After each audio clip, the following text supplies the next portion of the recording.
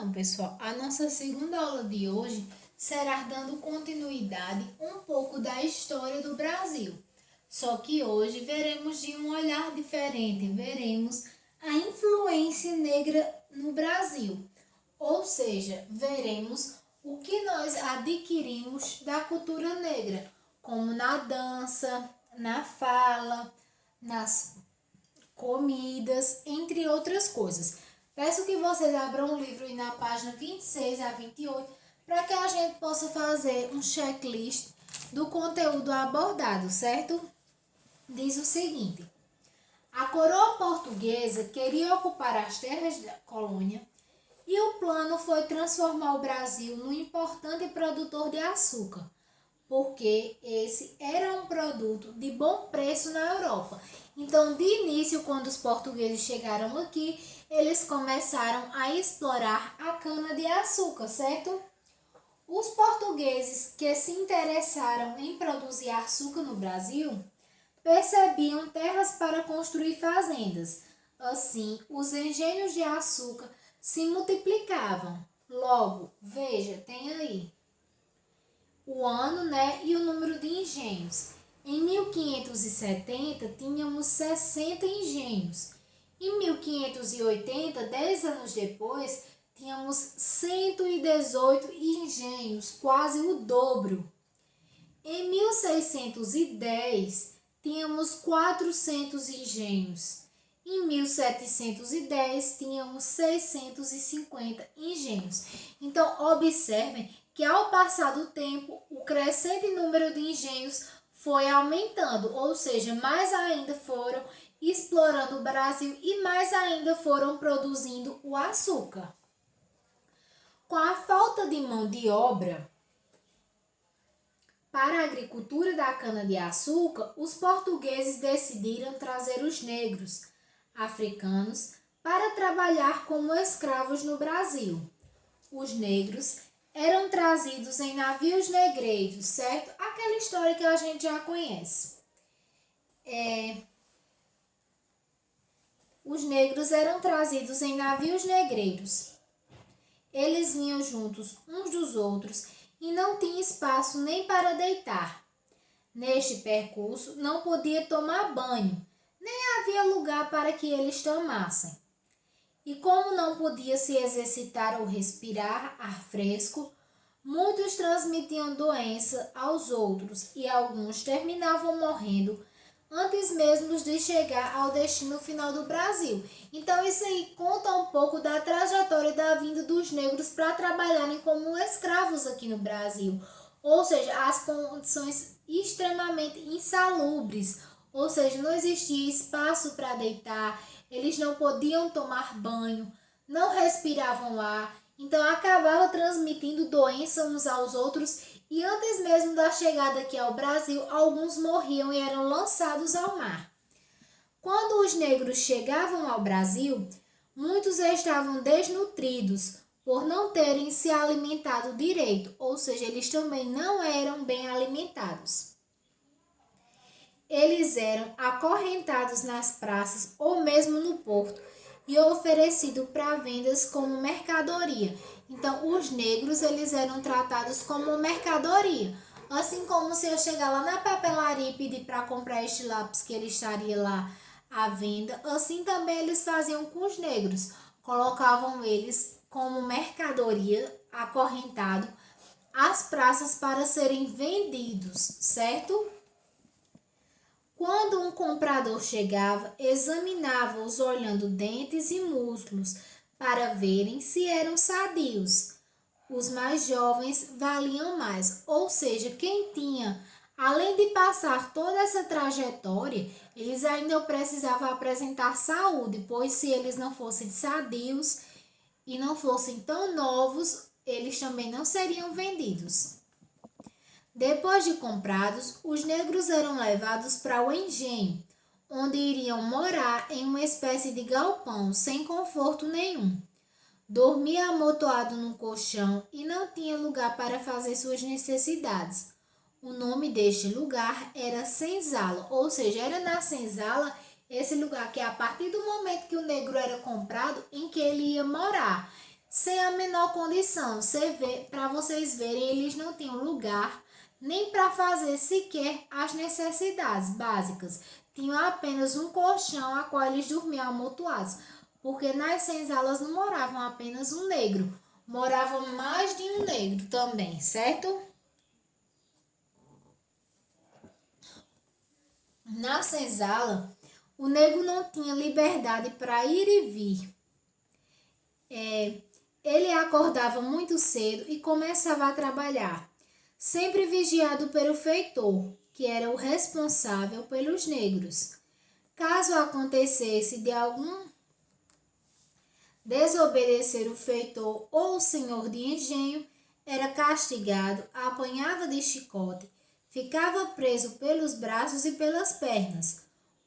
Um dos castigos mais temidos era ser chicoteado no tronco, ou seja, além de passar por todos esses transtornos que eles passavam, eles ainda precisavam apresentar um bom trabalho, porque senão eles eram castigados. Vimos aí que o pior castigo era ser acorrentado e chicoteado, certo?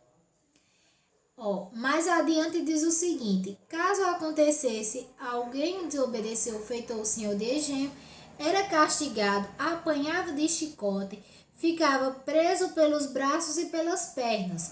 Um dos castigos mais temidos era ser chicoteado no tronco, que era onde eles eram amarrados e acorrentados. No início, eles trabalhavam carregando grãos, plantando e colhendo. Depois, foram trabalhar na mineração, cavando túneis e garimpando pedras. Eles não tinham descanso e trabalhavam em serviços pesados. Alguns negros trabalhavam na casa grande e por isso tinham melhores roupas. Lá, eles cozinhavam, cuidavam da casa e dos filhos dos senhores de engenho. No dia a dia, os negros não recebiam tantos alimentos e algumas sobras da casa do senhor de engenho era mandada para a senzala. Desses restos de porcos, como pé, rabo e orelha, eram misturados com feijão, o que fez surgir uma das comidas mais conhecidas da nossa culinária, a feijoada. Então, nós vimos que os negros eles não tinham uma boa sequer alimentação, ou seja, eles se alimentavam dos restos que vinham para as senzalas das casas dos senhores, como pés de porcos, orelhas, e com isso eles juntavam esses restos de porcos ao feijão, que deu origem à nossa tradicional feijoada, que é muito comum aqui no Brasil. A cultura brasileira é recheada de marcas africanas, então observamos toda a trajetória do negro desde a sua chegada até a estadia no Brasil e podemos perceber que estes não foram bem tratados, certo? Sempre foram bastante explorados, mas nem por isso eles deixaram de contribuir para a nossa cultura brasileira. Inclusive, contribuíram bastante, tanto na culinária como na fala. Veremos adiante, na página 27, aí algumas danças e festas religiosas que foram herdadas dos negros, certo? Por exemplo, o maracatu é de origem afro-brasileira e apresenta instrumentos de percussão, ritmo e dança, semelhante à do candomblé, bem como personagens fantasiados de rei, rainha, servos e damas conduziam uma boneca na frente. Tornou-se um cortejo carnavalesco do folclore nordestino. Então, o maracatu também era uma dança de origem negra. Temos aí a congada, que é um tipo de dança guerreira, que é marcada por cantos de viola, reco-reco, caixas e tambores. É uma dança dramatizada que tem como tema a luta do bem contra o mal. Temos aí também a nossa famosa capoeira, certo? Que hoje, no tempo da escravidão, servia como defesa. Atualmente, a capoeira tornou-se uma prática esportiva. Muitos brasileiros praticam a capoeira como um esporte. Temos também aí o frevo, que é uma dança originária da capoeira, trazida pelos negros de Angola. O nome vem de ferver. O passista segura uma sombrinha para equilibrar-se. pois é uma dança frenética, certo? O frevo também aí que tem suas adaptações para o nosso carnaval. Temos também o samba, que significa umbigada. Saiu das senzalas como dança de roda. Era uma dança considerada imoral pelos donos dos escravos. Hoje, usa-se o ritmo do samba para a realização de desfiles e enredos nas escolas de samba. Então, a gente pode observar que boa parte das danças de origem africana que foram deixadas no Brasil, hoje são readaptadas e formam uma festa maior aqui no Brasil, conhecido como nosso carnaval. Também temos aí o fandango, que é uma dança popular acompanhada por duas violas, uma rabeca e um pandeiro. Dança-se em rodas, em fileiras ou em pares. Também podemos observar aí na página 28 que além da contribuição na dança, os negros também deram contribuição no vocabulário. O que significa essa contribuição no vocabulário? Essa contribuição no vocabulário significa dizer que eles também deixaram palavras que são usadas por nós hoje.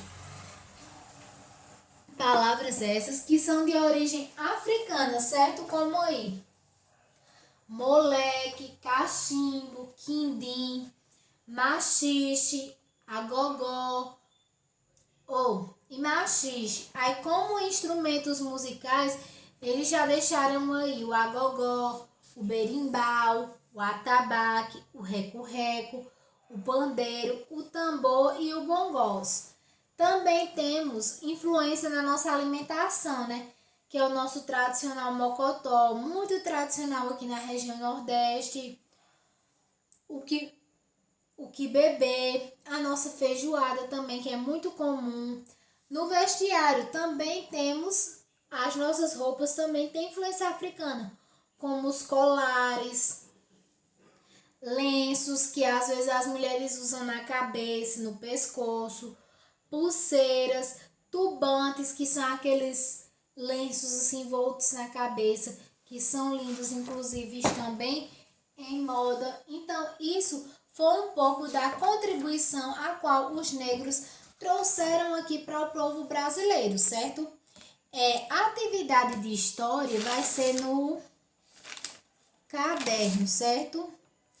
Vou estar enviando foto aí para vocês dessa atividade de história, que será 7 questões apenas, onde a primeira diz o seguinte: de onde os africanos foram trazidos? Vocês sabem que eu falei. Para que os negros foram trazidos ao Brasil? A gente também conversou sobre isso. Os negros foram trazidos para fazer o quê? Terceira questão: onde os negros eram trazidos e em que condições? Qual era o meio de transporte que eles vinham? Essas condições na viagem era boa, eles podiam tomar banho, tinha colchão para todo mundo? Como é? Me contem. Quarta questão: para onde os negros iam depois de comprados? Onde ficavam morando? Quando os negros chegavam ao Brasil, eles eram vendidos. Quando eles eram vendidos, para onde eles iam? E onde era que eles ficavam morando? Lembra que eu falei o nome de onde eles iam morar? Quinta questão: complete as lacunas usando as palavras do retângulo. Tem a palavra samba, congada, maracatu e capoeira. Você vai estar completando as frases, certo? De acordo com o que melhor se encaixa com o tipo de dança de origem negra, né? Que o samba tem origem, a congada, o maracatu e a capoeira. São danças típicas de origem negra, afro-brasileira, certo? Sexta questão: escolha uma dança de origem africana e comente. Que dança, tia, eu posso escolher? Posso escolher samba? Posso. Posso escolher capoeira? Posso. Posso escolher frevo? Posso. Pode. Você vai escolher uma dessas e vai falar sobre elas. Sétima questão: pesquise fotos em livros e revistas de alimentos de origem africanas e cole. Temos alguns exemplos aí no livro, como o mocotó, a feijoada, mas não precisa ser necessariamente esses. Você também pode estar pesquisando na internet outros alimentos de origem africana e pode colar. Ah, tia, não tem o livro. Não tenho impressora para imprimir e agora vou ficar sem fazer? Nunca, nunca. Se você não conseguir achar, faça sua pesquisa na internet e possa estar à vontade para desenhar estes alimentos, certo? Então, hoje a nossa segunda aula será somente isso, certo? De história, falando um pouco sobre a influência da cultura negra no Brasil, que nós vimos que, apesar da trajetória dos negros não ter sido tão boa, mas eles contribuíram bastante para a origem da cultura, como na dança, como na vestimenta, como no vocabulário, instrumentos musicais, entre tantas outras coisas, certo? Então é só isso. Espero que vocês possam estar fazendo essa atividade. Beijos e até amanhã.